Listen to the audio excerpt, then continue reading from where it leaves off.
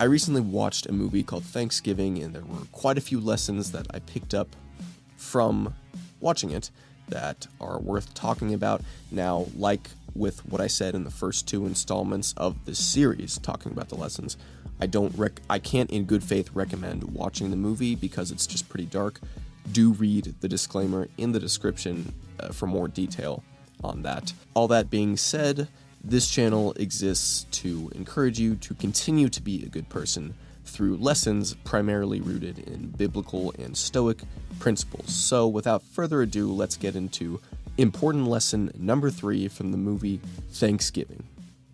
There's a scene pretty much immediately following the opening riot scene of sorts that I talked about in the previous lesson video, and the main group of protagonists are at a diner, a local diner, and as they're sitting there waiting for the waitress to get to them, as she walks by, the waitress, the kids, or I guess one of the kids says, "Hey, we're ready to order now," or something like that, and the waitress, instead of saying, "Oh yeah, I just have a couple more tables to get to and then I'll come back to you in just a moment," she goes out of her way to say, "Yeah, well, this isn't right, oh my goodness, why was that so difficult to say? This isn't right, Buster. You actually have to wait your turn."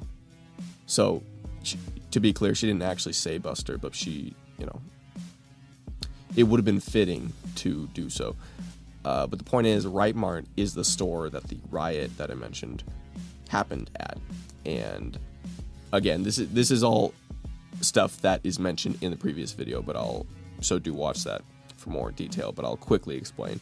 A riot broke out at Right Mart, and the main group of protagonists were in the store. They got to go in the store before everyone else, and so this lady, the waitress at the diner, was one of the people outside that was waiting to get in, and so she's still bitter about that.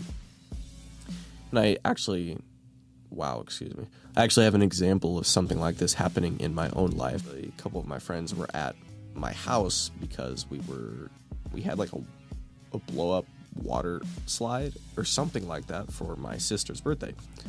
And my older sister was playing music outside, and one of my friends, I guess, wasn't able to convince her to let him play his song, and so he asked me, he's like, "Hey, can you convince her to let me play my song?" And I could have had some fun with it in a playful way that's not at the expense of anyone else in any way. Or I could have just simply, just let him play the song. Why can't he play? Could have done anything, but you know what I decided to do?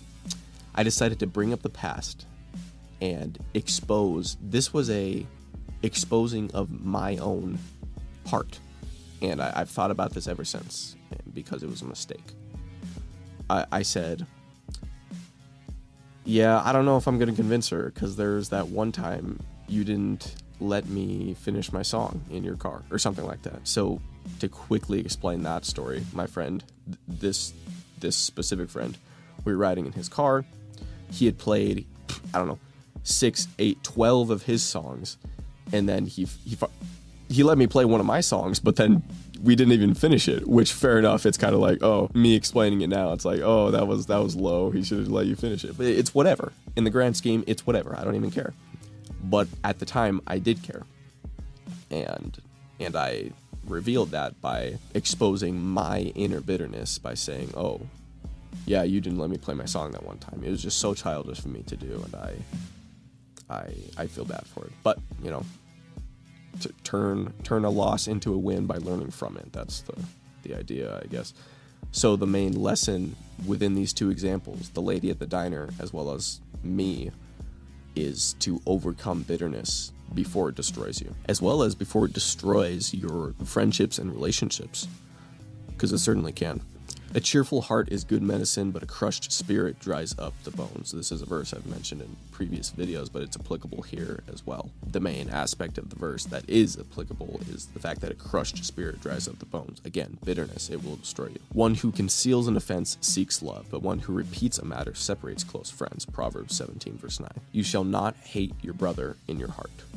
You shall surely rebuke your neighbor and not bear sin because of him. Leviticus 19, verse 17. I suppose a sub-point of this whole idea about bitterness and overcoming it is, I guess, a question is like, what do you stand or attempt to gain out of a remark like, oh, I told you so, or a little joke, or not even a joke, but something like the remark from the waitress. You actually have to wait your turn here, just like a little I keep wanting to say joke or sarcastic thing, but it's not, because they're being serious, but I guess the reason I'd want to call it a joke is because of how petty it is. But yeah, or even on that topic, what do you stand to gain from a joke at the expense of your friend or whatever individual, whether they're your friend or not? Quite simply, you just want a feeling of superiority by emotionally drawing the blood of your dear friend. So how dare you? Think not how to get the most laughs or to be seen as superior.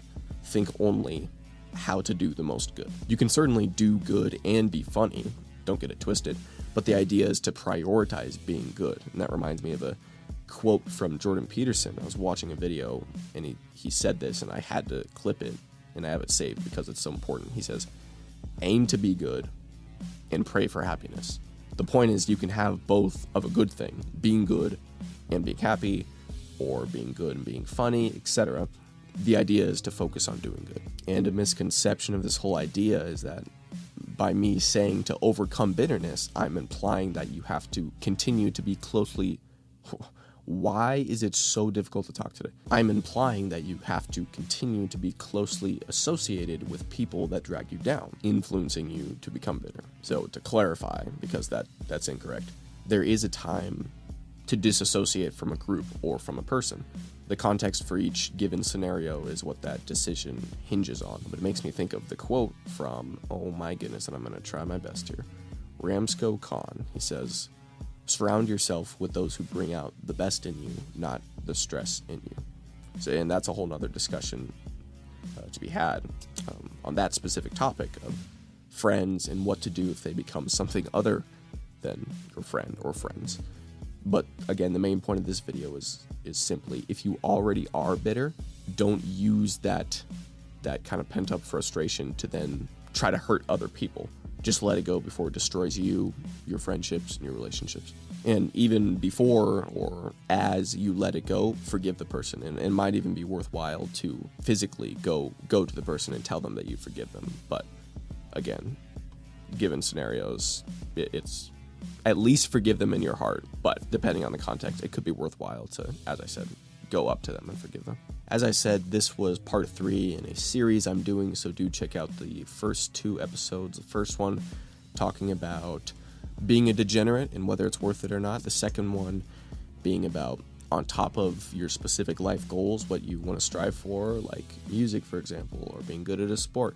There's something more important you should work on, not just on top of, but you should prioritize working on that before your specific career or what have you. So if those are of interest to you, then do check them out. I'll leave them at the end of this video. Thank you for watching part 3. I hope you got something out of it. Remember to treat others the way that you want to be treated, to love God and love your neighbor, and therefore you will continue to be a good person. As always, it's an honor.